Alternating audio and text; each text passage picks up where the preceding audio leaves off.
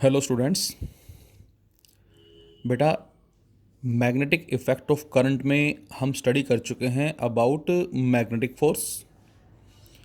जब कभी कोई चार्ज पार्टिकल मैग्नेटिक फील्ड में एंटर करता है तो उस पर जो मैग्नेटिक फोर्स लगता है वो हमारा आया था q v B sine theta. और फिर हमने उसके अलग अलग केसेस लिए थे। थीटा ज़ीरो है तो क्या होगा, 90 डिग्री है तो क्या होगा, या किसी भी एंगल से एंट्री कर रहा है तो क्या होगा, 180 है तो क्या होगा। और उसमें बच्चों हमारा केस था 90 डिग्री का, आपको ध्यान होगा। और जब कभी भी चार्ज पार्टिकल पे मैक्सिमम जो फोर्स लगता है तो उसकी वजह से वो उसको एक सर्कुलर पाथ में मूव करवाएगा, और उस सर्कुलर पाथ में सेंटीपिटल फोर्स चाहिए। तो हमने क्या किया था, हमने क्यू वी बी को कंपेयर किया था m v square by r से बेटा, सेंटीपिटल फोर्स। और इसके बिहाफ पे हमें रेडियस मिला था m v upon q B, v equal to r omega. इस आर की वैल्यू को हमने यहाँ रखा था बेटा, तो यहाँ से एंगुलर वेलोसिटी आई थी क्यू बी बाई एम। और इसी के बिहाफ पे फिर हमने उसके टाइम की वैल्यू कैलकुलेट की थी कि कितने टाइम में वो अपना एक कंप्लीट जो रोटेशन जो है, जो रिवॉल्यूशन जो है वो कंप्लीट करेगा। एक चक्कर लगाने के लिए उसको कितना टाइम चाहिए, जो आया था हमारा 2 पाई एम अपॉन क्यू बी। ये सारे केसेस कब थे, जब थीटा की वैल्यू 90 डिग्री थी। तो बच्चों अब इसी पे ही हमारा जो नेक्स्ट कॉन्सेप्ट आता है that is known as cyclotron. बड़ा ही इंपॉर्टेंट आर्टिकल है बेटा, और सभी इसको ध्यान से देखेंगे। तो साइक्लोट्रॉन हमारे पास जो डिवाइस है ये क्या होती है, किस तरह ये काम करती है, और इसका बेसिकली जो यूज़ है वो क्या है, ये सारा हम इस वीडियो में स्टडी करने वाले हैं। और ये हमारा 5 मार्क्स के अंदर एग्जाम में आर्टिकल आता है। आर्टिकल विद न्यूमेरिकल भी हो सकता है इस पे, या फिर 1 या 2 नंबर में इस पे कॉन्सेप्चुअल क्वेश्चन भी बनते हैं हमारे। तो बेसिकली जो वर्ड है साइक्लोट्रॉन, साइक्लो एक तरह से बवंडर को रिप्रेजेंट करता है, तूफान को रिप्रेजेंट करता है। या इसको सिंपल वे में हम बात करें तो साइक्लोट्रॉन को यदि हम रिजोल्व करें बेटा, तो इसको मैंने नाम दिया किसका, साइक्लिंग प्लस प्रोटॉन ड्यूट्रॉन। मतलब हमें प्रोटॉन की एनर्जी को इंक्रीज करना है on the basis of cycling, घुमा घुमा के उसको। तो यही इसका मेन पर्पज है। क्या, ये वो डिवाइस है जिसके थ्रू हम क्या करते हैं, किसी भी चार्ज पार्टिकल की एनर्जी को इंक्रीज करते हैं जिस लिमिट तक हमें उसकी एनर्जी चाहिए। तो साइक्लिंग करके प्रोटॉन ड्यूट्रॉन की एनर्जी को इंक्रीज करना ही साइक्लोट्रॉन कहलाता है। तो देखे जरा क्या होती है ये। तो आंसर है the device which is use to accelerates the positively charge particle like proton deuteron, alpha भी आप लिख सकते हैं यहाँ पर, alpha particle et cetera, to a sufficient high energy. The device which is used to accelerates the positively charge particle. ये हमने बच्चों यहाँ पर पॉजिटिवली वर्ड यूज़ किया है, इसके बारे में हम आगे बात करेंगे कि पॉजिटिवली ही क्यों लिया, नेगेटिव क्यों नहीं लिया। और इस पॉजिटिव की कैटेगरी में बहुत सारे पार्टिकल हैं, जैसे प्रोटॉन है, ड्यूट्रॉन है, अल्फा है, ये सारे इसी कैटेगरीज में आते हैं बेटा। तो ये हमारी वो डिवाइस है जो पॉजिटिवली चार्ज पार्टिकल को एक्सेलरेट करेगी। क्यों एक्सेलरेट करेगी, ताकि वो एक सफिशिएंट हाई एनर्जी को गेन कर सके। और इसको डेवलप किसने किया बेटा, it was developed by Lawrence and Livingstone in 1934 at university of California. ये साइंटिस्ट हैं जिन्होंने इसको इन्वेंट किया, जो 1934 में यूनिवर्सिटी ऑफ कैलिफोर्निया में न्यूक्लियर रिएक्शन से रिलेटेड एक्सपेरिमेंट्स कर रहे थे, और वहाँ पर उन्होंने इस डिवाइस को इन्वेंट किया। और इसका पर्पस क्या होगा, चार्ज पार्टिकल की एनर्जी को इंक्रीज कर देना उस लिमिट तक जो लिमिट हमें चाहिए। अब बात आती है कि ये एनर्जी किस तरह से इंक्रीज करेगा। तो आंसर है कि यहाँ पर जो इसका प्रिंसिपल है बेटा, वो इलेक्ट्रिक फील्ड और मैग्नेटिक फील्ड के कंबाइन इफेक्ट पे वर्क करता है। पहले जरा पढ़ते हैं प्रिंसिपल क्या होता है, और फिर अभी जरा बात करेंगे, वहाँ इसको हम अच्छे से स्टडी करेंगे, समझेंगे। Principle, the working of cyclotron is based on the fact that a positively charged particle can be accelerated to a sufficiently high energy with the help of smaller value of oscillating electric field. क्या मतलब? By making it to cross the same electric field time and again with the use of strong magnetic field. क्या मतलब इस बात का? ये हमसे कहना चाह रहा है इसके अंदर बेटा क्या, कि यहाँ पर जो इसकी वर्किंग है वो इस कॉन्सेप्ट पे बेस्ड है कि जो चार्ज पार्टिकल है ये एक्सलेट होता है to a sufficiently high energy. किसकी हेल्प से? With the help of electric field as well as magnetic field. Electric field जो है वो क्या काम करता है, जिसको हमने smaller value of oscillating electric field का नाम दिया। मैंने एक वर्ड यूज किया ऑक्सीलेटिंग, बात करते जरा अभी हम। और उसके साथ साथ क्या करेगा वो मैग्नेटिक फील्ड में भी घूम रहा है और फिर से एंटर कर रहा है इलेक्ट्रिक फील्ड रीजन के अंदर। और थोड़ा सा और हम सिंपल वर्ड में जाएं तो और सिंपल हम लिख सकते हैं, in other words we can say its principle is based on combined effect of electric field and magnetic field. ये थोड़ी सी सिंपल स्टेटमेंट है प्रिंसिपल की, और आई थिंक एग्जाम में आप इसी को लिख सकते हैं कि साइक्लोट्रॉन जो है बेटा ये बेस्ड है किससे? Combined effect of electric field and magnetic field. ये इलेक्ट्रिक फील्ड और मैग्नेटिक फील्ड के दोनों के कॉन्सेप्ट पे वर्क करता है। अब दोनों का पर्पस क्या है? तो आंसर है where the magnetic field moves the charge particle into a circular path. अब आप ये सोचें कि मैग्नेटिक फील्ड जो है वो चार्ज पार्टिकल को सर्कुलर पाथ में कब घुमाएगा? तो आंसर है जब उस पार्टिकल पे जो मैग्नेटिक फोर्स लगेगा, जो अभी अभी जस्ट मैंने बात की, वो मैक्सिमम होगा। अब आप ये सोचें कि वो फोर्स मैक्सिमम होने के लिए एंगल जो चाहिए हमें वेलोसिटी वेक्टर और मैग्नेटिक फील्ड वेक्टर में, वो कितना होना चाहिए? 90 डिग्री। तो इसका मतलब साइक्लोट्रॉन कंबाइंड इफेक्ट पे वर्क करता है इलेक्ट्रिक फील्ड और मैग्नेटिक फील्ड, जिसमें मैग्नेटिक फील्ड क्या करेगा? चार्ज पार्टिकल को सर्कुलर पाथ में घुमाएगा। कब? जब मैग्नेटिक फोर्स मैक्सिमम होगा। And the electric field accelerates the charge particle. और इलेक्ट्रिक फील्ड क्या करता है बच्चों? एक्सेलरेट्स करता है। एक्सेलरेट्स का मतलब स्पीड अप हो जाना। कैसे? अभी जरा बात करते हैं इसके बारे में भी हम। And re enter into magnetic field region, और एक्सेलरेट्स करके उसको फिर से मैग्नेटिक फील्ड के कॉरस्पॉन्डिंग एंटर करवाएगा। या हम ये भी कह सकते हैं क्या, हम ये भी कह सकते हैं कि electric field accelerates the charge particle and magnetic field moves the particle in circular path and re enter into electric field region. Electric field particle को एक्सेलरेट्स करवा रहा है, और एक्सेलरेट्स होने के बाद मैग्नेटिक फील्ड इसको क्या कर रहा है? सर्कुलर पाथ में घुमाकर री एंटर करवा रहा है इलेक्ट्रिक फील्ड रीजन के अंदर। री एंटर करवा रहा है इलेक्ट्रिक फील्ड रीजन के अंदर। कैसे? जरा अभी बात करते हैं इसके बारे में हम। तो यहां से हो गया। और हम कह सकते हैं when a heavy charge particle is made to pass through a smaller electric field again and again. जब कभी भी हम एक हैवी चार्ज पार्टिकल को एक स्मॉल इलेक्ट्रिक फील्ड रीजन में बार बार क्या कर रहे हैं? उसको घुमा रहे हैं with the help of strong magnetic field. तो उस केस में बच्चों क्या करेगा? Then it acquires high energy. तो ये क्या करेगा? एक सफिशिएंट हाई एनर्जी गेन करेगा। तो इन सभी बातों से मीनिंग सभी का सेम है। एक ही बात कहना चाह रहे हैं क्या, कि यहाँ पर जो चार्ज पार्टिकल है, हैवी चार्ज पार्टिकल जो कि पॉजिटिव होता है, जिसका मास नेगेटिव के कंपैरेटिवली ज़्यादा होता है, उसको हम एक्सेलरेट्स करवा रहे हैं इलेक्ट्रिक फील्ड और मैग्नेटिक फील्ड की हेल्प से। जिसमें इलेक्ट्रिक फील्ड बेटा क्या करेगा? पार्टिकल को एक्सेलरेट्स करवाएगा, मतलब स्पीड अप करवाएगा, और मैग्नेटिक फील्ड उसको सर्कुलर पाथ में घुमाएगा, और घुमाने के बाद उसको री एंटर करवा रहा है इलेक्ट्रिक फील्ड रीजन के अंदर। बच्चों, इस साइक्लोट्रॉन से पहले एक डिवाइस थी जिसको लीनियर एक्सेलेरेटर का नाम दिया जाता है।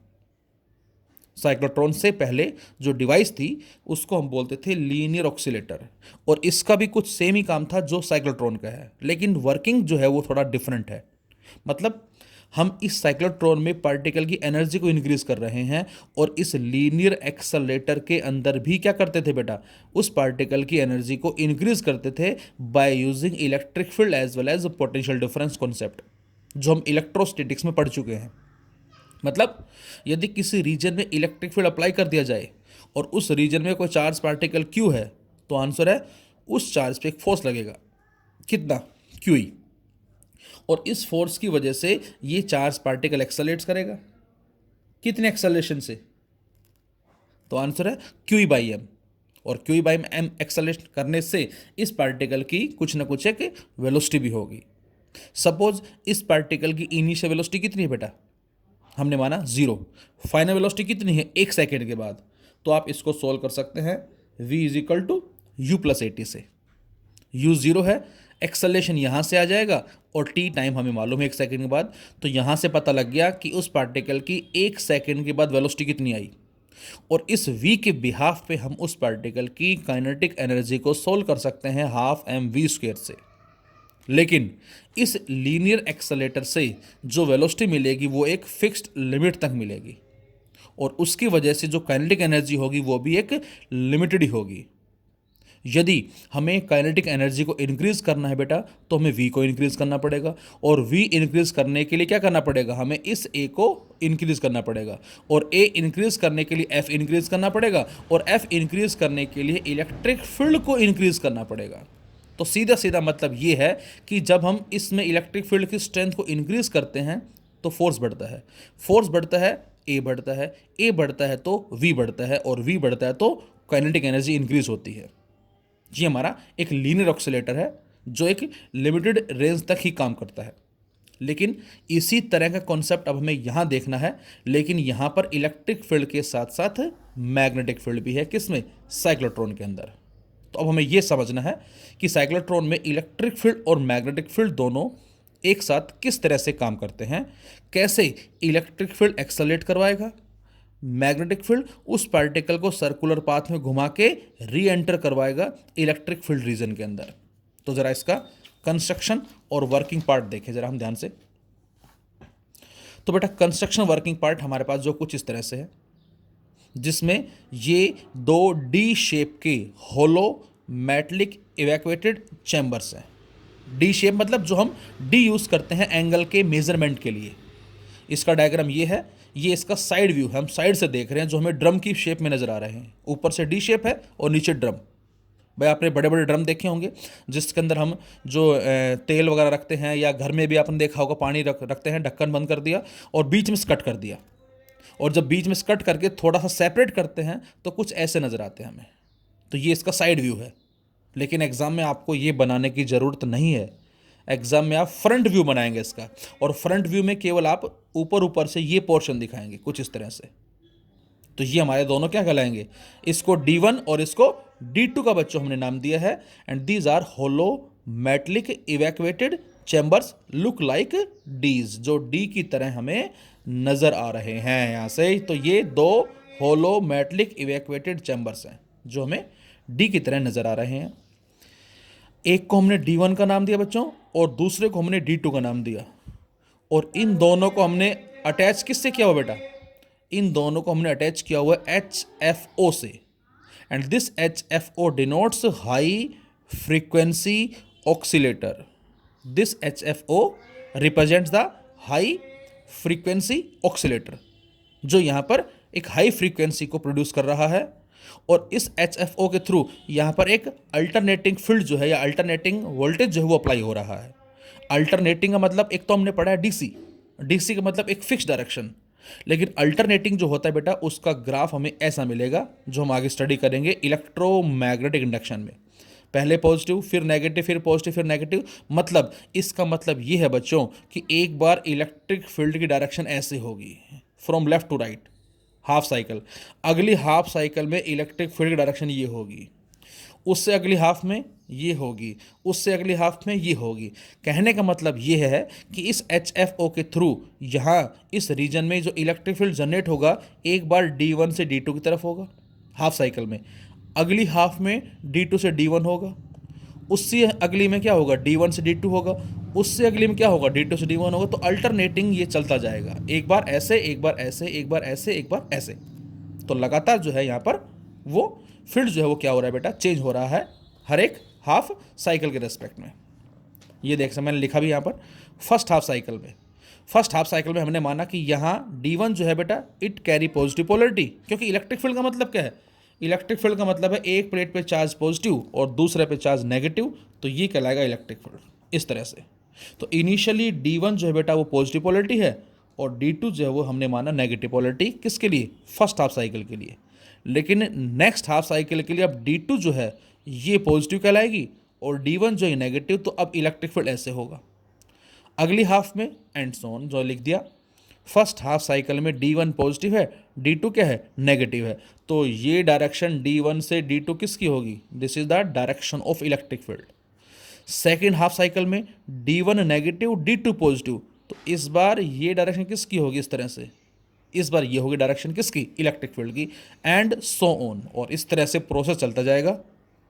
लेकिन साथ साथ इलेक्ट्रिक फील्ड जो एग्जिस्ट कर रहा है वो कहाँ एग्जिस्ट कर रहा है बेटा, तो आंसर है इन दोनों डीज के बीच में एग्जिस्ट कर रहा है only, not inside the D, इनके अंदर नहीं होगा, कारण inside a conductor electric field is zero. Conductor के अंदर जो इलेक्ट्रिक फील्ड होता है बेटा वो क्या होता है, जीरो होता है, तो ये केवल एग्जिस्ट करेगा इन दोनों डी के बीच में, जो गैप नजर आ रहा है हमें उसमें। तो ये हमारा हो गया about HFO, high frequency oscillator, जो बेटा जो हमने कनेक्ट कर रखा है D1 D2 से, वो इस रीजन के अंदर, कौन सा रीजन, जो दोनों डीज के बीच में गैप नजर आ रहा है, इस रीजन में एक इलेक्ट्रिक फील्ड अप्लाई कर रहे हैं, जिसकी वैल्यू कितनी है वोल्टेज की, 10⁴ वोल्ट, और इनके कॉरस्पॉन्डिंग अंदर डीज में जो हमने गैस फिल्ड की हुई है, वहाँ जो प्रेशर है कितना है, 10⁻³ mm of -3 mm of Hg, एक स्मॉल प्रेशर है इन द चैम्बर। अब जरा देखें तो यहाँ पर दोनों डीज के बीच में गैप है फर्स्ट, सेकंड दोनों डीज के कॉरस्पॉन्डिंग HFO लगा रखा हमने, हाई फ्रीक्वेंसी ऑक्सीलेटर, जो इस रीजन के अंदर एक अल्टरनेटिंग फील्ड को अप्लाई करेगा। तो ये तो सोर्स हो गया एक तरह से इलेक्ट्रिक फील्ड के लिए। And what we can say about the magnetic field, तो आंसर है मैग्नेटिक फील्ड के लिए हमने ये जो पोल पीस जो है ये अटैच किए हुए हैं, this one is north and this one is south, इस तरह से मान सकते हैं। सपोज ऊपर नॉर्थ है और नीचे साउथ है, मतलब यहाँ ये नॉर्थ हो गया और यहाँ नीचे साउथ हो गया, तो मैग्नेटिक फील्ड कैसे होगा बेटा, नॉर्थ से साउथ ऐसे होगा, इस तरह, ऐसे, इस तरह से, दैट इज इनवर्ड। और इसीलिए मैंने यहाँ पर क्या लगा दिया, बी के साथ क्रॉस, तो क्रॉस का मतलब ये इनवर्ड इस रीजन में एक मैग्नेटिक फील्ड है और इलेक्ट्रिक फील्ड ये है, इस तरह से।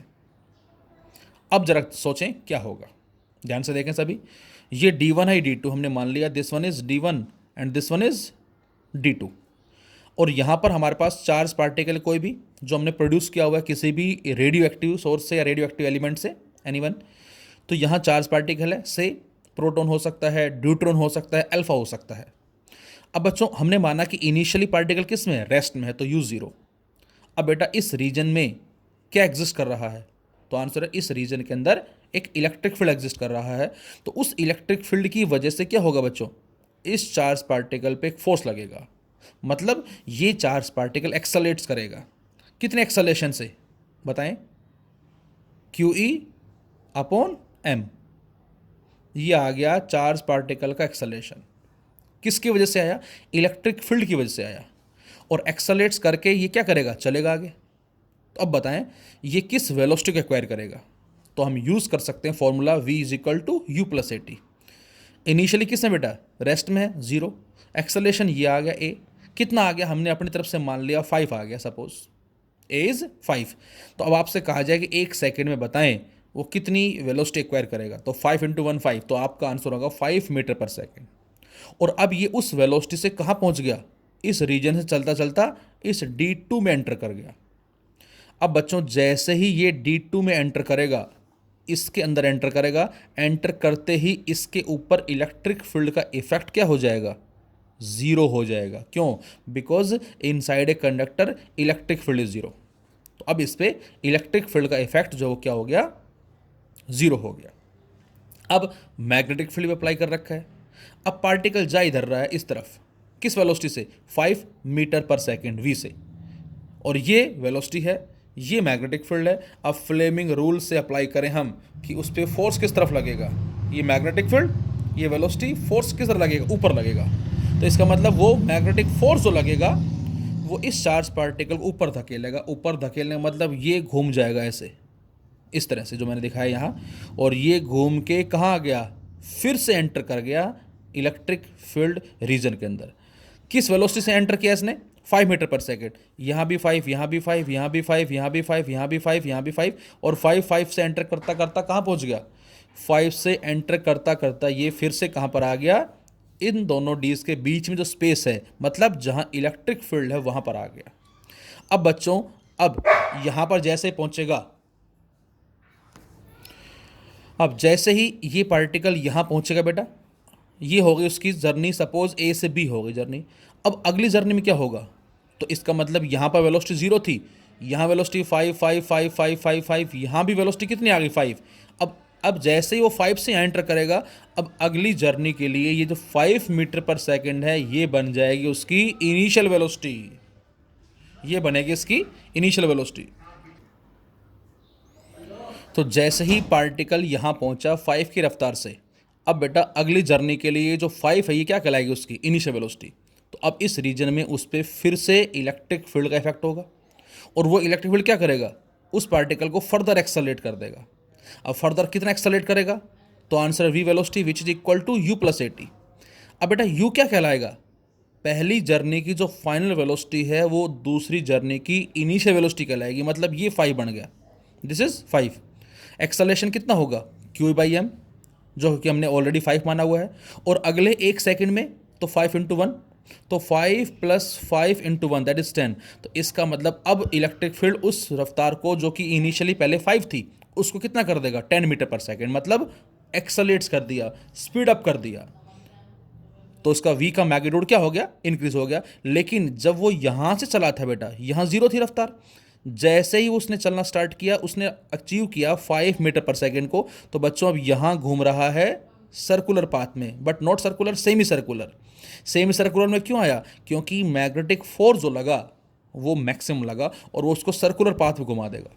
लेकिन जैसे घूमता घूमता 5 5 5 5 5 से जैसे यहाँ एंटर करेगा, अब उस पर फिर से इलेक्ट्रिक फील्ड लगा, और उस इलेक्ट्रिक फील्ड से इलेक्ट्रिक फोर्स जो लगेगा वो फर्दर स्पीड अप कर देगा, और स्पीड अप करते ही वो हो गया 10 मीटर पर सेकंड चलेगा। अब 10 मीटर पर सेकंड से किधर चलेगा, तो आंसर है बेटा कि वो पार्टिकल पहले D1 से D2 क्यों जा रहा था बच्चों, बिकॉज पहले केस में इलेक्ट्रिक फील्ड की डायरेक्शन थी D1 से D2 की तरफ इधर, और हमें पता है कि पार्टिकल इधर ही क्यों जाएगा, क्योंकि ये D1 पॉजिटिव है और D2 नेगेटिव है, और यदि चार्ज पार्टिकल पॉजिटिव है तो ये नेगेटिव प्लेट की तरफ अट्रैक्ट होगा। इसीलिए बच्चों ये पार्टिकल पहले केस में D2 की तरफ गया, नेगेटिव की तरफ गया। अब जैसे नेगेटिव तरफ गया, इस पे मैग्नेटिक फोर्स लगा, उसने क्या किया, सर्कुलर पाथ में घुमा दिया। जितने टाइम में बच्चों ये सर्कुलर पाथ में घूम कर आएगा, ध्यान से सुने सभी, जितने टाइम में ये सर्कुलर पाथ से घूमकर यहाँ पहुँचेगा इस दोनों डीज के बीच में, एग्जैक्टली उतने टाइम में इस हाई फ्रीक्वेंसी ऑक्सीलेटर की हाफ साइकिल कंप्लीट हो जाएगी। Point to be noted here, very very important. जितने टाइम में ये अपना हाफ चक्कर कंप्लीट करेगा उतने टाइम में हाफ साइकिल कंप्लीट। अब अगली हाफ में क्या होगा बेटा, ध्यान से, तो अगली हाफ में D1 नेगेटिव होगा, D2 पॉजिटिव। इसका मतलब अब D2 जो है ये बन जाएगा, पहले D1 क्या था, D2 क्या था, नेगेटिव था, और ये क्या था, पॉजिटिव। अब D2 बनेगा बच्चों पॉजिटिव और D1 क्या बनेगा, नेगेटिव। इसका मतलब अब इलेक्ट्रिक फील्ड की डायरेक्शन हो गई ये वाली इस तरफ, और इलेक्ट्रिक फील्ड डायरेक्शन इस तरफ होने से अब जो पार्टिकल यहाँ पर पहुँचा किस रफ्तार से, 5 से, लेकिन उसने एक्सेलरेट किया 10 मीटर पर सेकेंड से, और 10 से वो कहाँ एंटर कर जाएगा, 10 से बच्चों वो एंटर कर जाएगा D1 के अंदर। और जैसे ही 10 से वो एंटर कर गया D1 के अंदर, D1 में एंटर करते ही बच्चों उस पर फिर से क्या लगा, फिर से लगेगा उसके ऊपर, दैट इज मैग्नेटिक फोर्स लगेगा। और अब चेक करें कि जो फोर्स लगेगा वो मैक्सिमम होगा या मिनिमम होगा। तो आंसर है ये पार्टिकल 10 से इधर एंटर कर रहा है, ये मैग्नेटिक फील्ड है कुछ इस तरह से, ऐसे इन दिस वे, ऐसे लगा देंगे रूल हम। तो अब फोर्स किधर लगा, नीचे। तो पहले फोर्स ऊपर लगा था, अब नीचे। तो अब वो फोर्स क्या करेगा, वो फोर्स उस पार्टिकल को नीचे तरफ धकेलेगा। इसका मतलब वो घूमता घूमता फिर कहाँ पहुँच गया, वो घूमता घूमता फिर से आ गया इस रीजन के अंदर। यहाँ रफ्तार थी 5 5 5 5 5 5, जैसे यहाँ पहुँचा 10 हो गया। अब 10 होने से सेम उसी सर्कल में ना आके थोड़ा सा बड़े सर्कल को अचीव करेगा। तो अब वो 10 की रफ्तार चलता चलता चलता चलता यहाँ पर आ जाएगा। जैसे ही 10 की रफ्तार से मूवमेंट करता करता फिर से इलेक्ट्रिक फील्ड रीजन में एंटर हुआ। अब आप बताएं कि अब उसकी इनिशियल स्पीड क्या बोलेंगे, अब हम 10 बोलेंगे। अब अगले 1 सेकंड में कितना कर लेगा वो, तो फिर से फॉर्मूला 10 प्लस ए कितना मान रखा हमने 5 मान रखा है, इनटू 1 सेकेंड, अब हो जाएगी उसकी रफ्तार 15। तो अब वो 15 मीटर पर सेकेंड मतलब फर्दर एक्सेलरेट हो गया। उस 15 मीटर पर सेकेंड से क्या होगा बेटा, फिर से इस D2 की तरफ जाएगा। D2 की तरफ क्यों जाएगा बेटा, क्योंकि अगली हाफ साइकिल में अब D1 जो है ये बन जाएगा बच्चों पॉजिटिव D1 और D2 क्या बन जाएगा, नेगेटिव। ये थर्ड हाफ साइकिल आ गई, this is the third half cycle. तो इस तरह से प्रोसेस चलता जाएगा। तो रफ्तार पहले 5 थी, फिर 10 हुई, फिर 15 हुई, फिर 20 हुई, फिर 25 हुई। इस तरह से हम कह सकते हैं ये घूमता घूमता घूमता घूमता एक बड़े सर्कल को अचीव करेगा। तो यदि हम खाली एक जर्नी की बात करें तो हमें सर्कल पाथ नजर आता है, कोई भी एक ले लें, लेकिन मैं कहूँ स्टार्टिंग से लास्ट तक बताएं कैसा पाथ है ये, ध्यान से बताएं। ऐसा, ऐसा, फिर ऐसा, फिर ऐसा, फिर प्लेन सेम है, प्लेन चेंज नहीं हो रहा, मतलब ये ऐसे घूम रहा है, प्लेन सेम है बेटा, प्लेन चेंज नहीं हो रहा। लेकिन जनरली इसको हम सर्कुलर पाथ बोल देते हैं for a single journey, but for complete journey this is the spiral path. ये बच्चों स्पाइरल पाथ कहलाएगा विद इंक्रीजिंग रेडियस, रेडियस जिसमें लगातार इंक्रीज हो रहा है। और इसका मतलब इस पार्टिकल की वेलोसिटी भी लगातार क्या हो रही है, बढ़ती जा रही है। और v के इंक्रीज होने से इसकी काइनेटिक एनर्जी क्या होगी बच्चों, इंक्रीज हो जाएगी। तो यही हमारा मेन पर्पज़ है कि हम इस पार्टिकल की काइनेटिक एनर्जी को इंक्रीज करना चाह रहे हैं। और उसके लिए हमने जो रास्ता चुना है वो इलेक्ट्रिक फील्ड और मैग्नेटिक फील्ड का कंबाइन इफेक्ट चुना है, जिसमें इलेक्ट्रिक फील्ड में फिर बताता हूँ कि चार्ज पार्टिकल को एक्सेलरेट्स करवाएगा। इलेक्ट्रिक फील्ड केवल इस रीजन में एग्जिस्ट करेगा, inside a conductor electric field is zero, यहाँ इलेक्ट्रिक फील्ड क्या होगा, जीरो होगा। लेकिन मैग्नेटिक फील्ड है, तो अब क्या होगा, जैसे उसने एंटर किया 5 की रफ्तार से, अब उस पर जो फोर्स लगा वो उसको घुमाएगा। और मैग्नेटिक फोर्स जो बेटा वो उसके मैग्नीट्यूड पे कोई इफेक्ट नहीं डालेगा, 5 रहेगी वो, लेकिन डायरेक्शन चेंज कर देगा। जो इफेक्ट डाल रहा है वो इलेक्ट्रिक फील्ड है, और वो 5 से घूमता घूमता यहाँ पर पहुँचेगा। कहाँ पहुँच गया, सेमी सर्कुलर पाथ को अचीव किया और फिर से एंटर कर गया इलेक्ट्रिक फील्ड रीजन के अंदर। जैसे इलेक्ट्रिक फील्ड रीजन में एंटर करेगा अब उसकी रफ्तार 5 से 10 हो जाएगी from the formula v is equal you plus a T. और अब वो 10 की रफ्तार से चलेगा D1 की तरफ। D1 की तरफ क्यों चलेगा बेटा, क्योंकि जैसे इसने अपना हाफ चक्कर कंप्लीट किया सेम उतने टाइम में इस HFO की हाफ साइकिल कंप्लीट हो गई। नेक्स्ट हाफ साइकिल में ये बनेगा पॉजिटिव, ये बनेगा नेगेटिव, इलेक्ट्रिक फील्ड ऐसे आ जाएगा और ये इलेक्ट्रिक फील्ड चार्ज को नेगेटिव की तरफ धकेलेगा, D1 की तरफ धकेलेगा नेगेटिव की तरफ।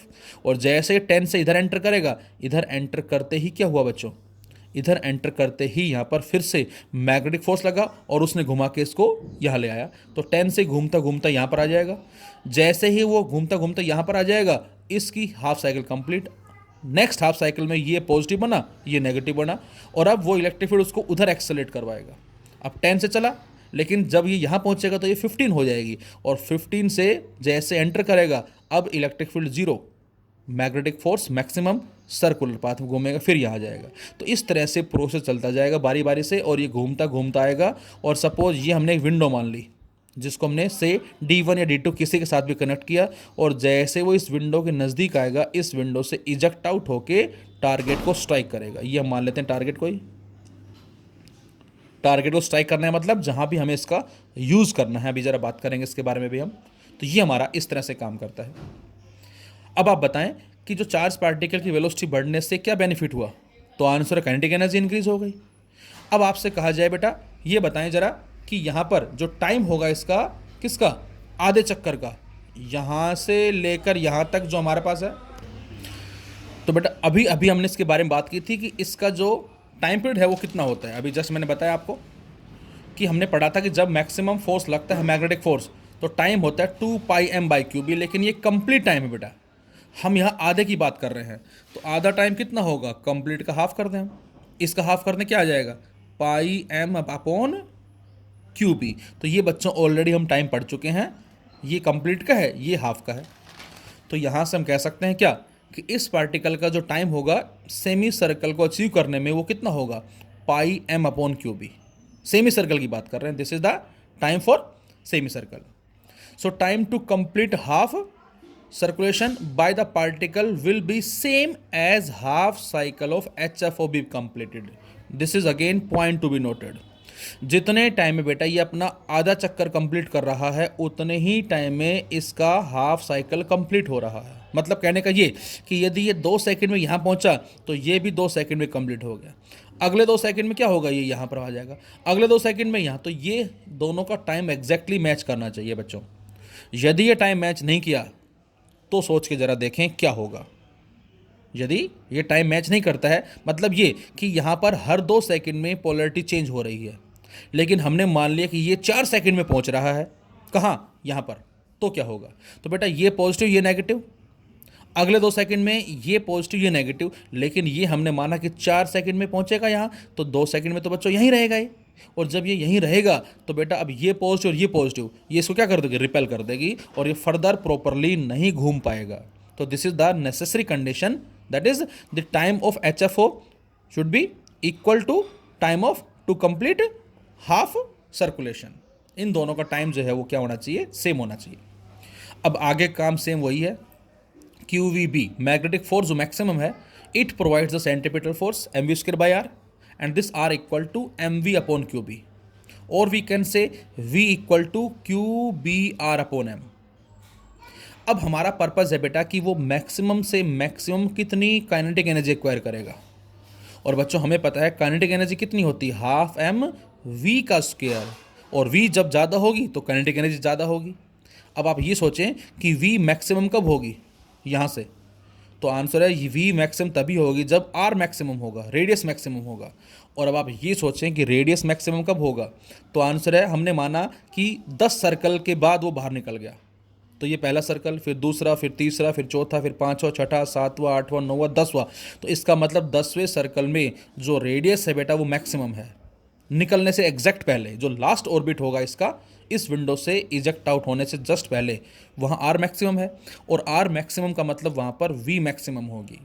तो सेम इसी रिलेशन की तर्ज पे यहाँ से हम क्या लिख सकते हैं, यहाँ से हम लिख सकते हैं V maximum equal to Q B R maximum upon M, और इस वी मैक्स को पुट कर दें हम यहाँ पर मैक्स लिख दिया, यहाँ मैक्स लिख दिया, और पुट करेंगे तो काइनेटिक एनर्जी जो आएगी मैक्सिमम बेटा वो आ जाएगी 12m इंटू वी मैक्स का square, and V max is Q² B² R max का स्क्वायर अपॉन M का स्क्वायर, और M से M कट जाएगा। तो यहाँ से जो मैक्सिमम एनर्जी मिलेगी हमें वो मिलेगी कितना, Q² B² R मैक्स का स्क्वायर बाय 2m। ये हमारा आ जाएगा मैक्सिमम काइनेटिक एनर्जी का फॉर्मूला, और यहाँ से इस पे बेस्ड हमें आगे न्यूमेरिकल्स भी मिलेंगे बच्चों।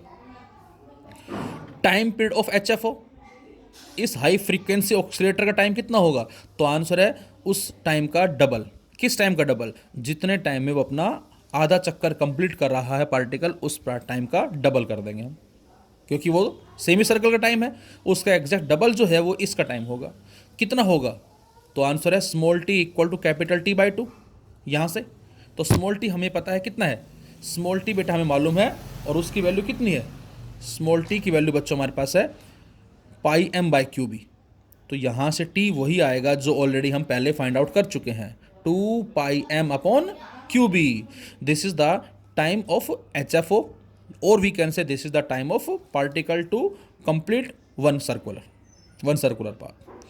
फ्रीक्वेंसी क्या होगी बेटा इसकी, न्यू 1/t QB/2πm, और यहाँ से साफ नज़र आ रहा है आपको क्या कि टाइम और फ्रीक्वेंसी जो वो r पे या v वेलोसिटी पे डिपेंड नहीं कर रहे। आपसे कहा जाए कि पार्टिकल जो है वो घूम रहा है, फर्स्ट सर्कल है और एक 5वां सर्कल है, कौन से सर्कल में टाइम कम लगेगा और कौन से सर्कल में टाइम ज़्यादा लगेगा, तो आंसर है टाइम दोनों में सेम लगेगा। क्यों, क्योंकि टाइम बेटा या तो डिपेंड कर रहा है मास पे या डिपेंड कर रहा है चार्ज पे as well as magnetic field पे, वो रेडियस पे वेलोसिटी पे डिपेंड नहीं कर रहा। अब चाहे वो सर्कल हमारा छोटा हो, चाहे उससे बड़ा हो, चाहे उससे बड़ा हो, चाहे उससे बड़ा हो, चाहे सबसे बड़ा हो, सभी के लिए टाइम और फ्रीक्वेंसी क्या होंगी, सेम होंगी, और इसको बोलते हैं रेजोनेंट फ्रीक्वेंसी। मतलब उस पार्टिकल की फ्रीक्वेंसी जो HFO से मैच करती है, this is known as resonant frequency. Cyclotron की फ्रीक्वेंसी जिसको ω/c बोलते हैं हम, 2π/c, and nu is this, put करते हैं हम 2π/ν QB/2πm, तो ω/c आ जाएगा QB/m। तो यहाँ से T, nu, omega all are independent on R as well as V। बच्चों लास्ट ईयर जो हमारा 1 मार्क में जो क्वेश्चन आया था फ्रीक्वेंसी बेस्ड, आई थिंक हमने डिस्कस भी किया था क्लास में, उसमें था इलेक्ट्रॉन और प्रोटॉन।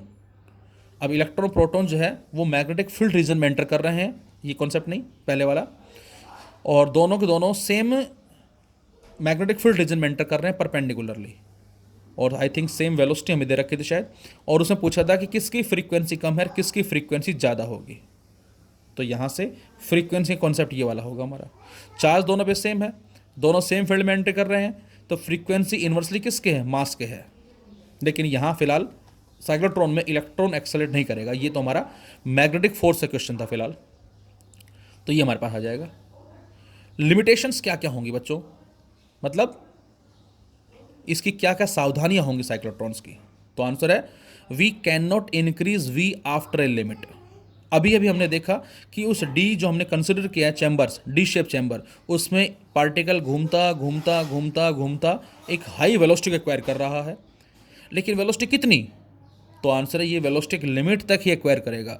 उससे ज़्यादा यदि एक्वायर कर ली तो क्या होगा बेटा, तो यहाँ पर थ्योरी ऑफ रिलेटिविटी काम करेगी, आइंस्टीन की रिलेशन काम करेगी, और वो रिलेशन क्या थी हमारी, m equal to m naught upon 1 minus v square upon c square का under root, m naught rest मास।